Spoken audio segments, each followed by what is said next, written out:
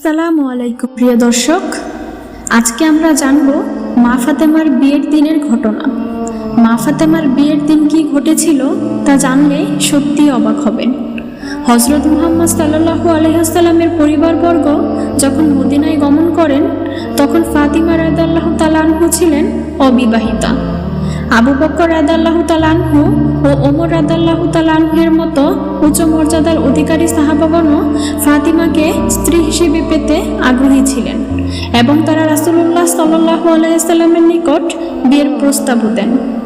কিন্তু মহানবী হযরত মুহাম্মদ সাল্লাল্লাহু আলাইহি ওয়াসাল্লাম অত্যন্ত বিনয় ও নম্রতার সাথে প্রস্তাব প্রত্যাখ্যান করেন, কারণ তিনি আল্লাহর হুকুমের অপেক্ষায় ছিলেন।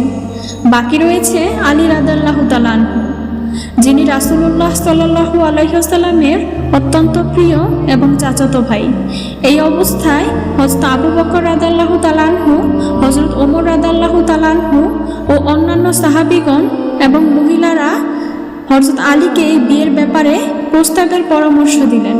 তারা অত্যন্ত আন্তরিকতার সাথে রাসূলুল্লাহ সাল্লাল্লাহু আলাইহি ওয়াসাল্লামের নিকট আলী এবং ফাতিমার বিয়ের প্রস্তাব পেশ করলেন। মহানবী সাল্লাল্লাহু আলাইহি ওয়াসাল্লাম আলী রাদিয়াল্লাহু তাআলা আনহুকে জিজ্ঞাসা করলেন, তোমার কাছে মোহর আদায় করার মতো কিছু আছে কি? আলী রাদিয়াল্লাহু তাআলা আনহু না সূচক জবাব দিলেন।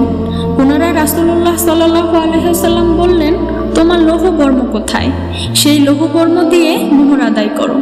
মোহর আনার অর্থ সংগ্রহে হযরত আলী রাদিয়াল্লাহু তাআলা আনহু স্বীয় বর্মটি বাজারে বিক্রি করতে গেলেন। পথে দেখা হলো হযরত ওসমান রাদিয়াল্লাহু তাআলা আনহুর সাথে।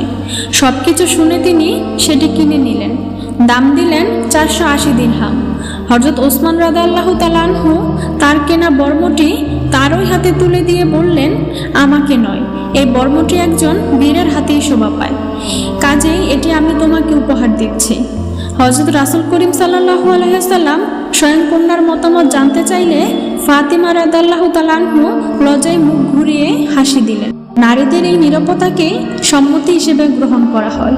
অতঃপর রাসূলুল্লাহ সাল্লাল্লাহু আলাইহি ওয়াসাল্লাম আনাস রাদিয়াল্লাহু তাআলা আনহু, আবু বকর রাদিয়াল্লাহু তাআলা আনহু, ওমর রাদিয়াল্লাহু তাআলা আনহু ও অন্যান্য সাহাবীগণকে ডেকে আনার পরামর্শ দিলেন। সকলে উপস্থিত হওয়ার পর রাসূলুল্লাহ সাল্লাল্লাহু আলাইহি ওয়াসাল্লাম বিয়ের খুতবা পাঠ করলেন এবং আলীকে বললেন, আমার কন্যা ফাতিমাকে তোমার সাথে 400 মিসকাল রূপের বিনিময়ে বিয়ে দিলাম, তুমি কি তা কবুল করছো? আলী রাদিয়াল্লাহু তাআলা আনহু বললেন, জি, কবুল করলাম। অতঃপর রাসূলুল্লাহ সাল্লাল্লাহু আলাইহি ওয়াসাল্লাম ফাতিমার নিকট গমন করলেন এবং তাকে ডাকলে তিনি লজ্জায় জড়সড় হয়ে পিতার নিকট আসলেন। রাসূলুল্লাহ সাল্লাল্লাহু আলাইহি ওয়াসাল্লাম তাকে লক্ষ্য করে বললেন, ফাতিমা, আমার বংশের উত্তম ব্যক্তির সাথে তোমার বিয়ে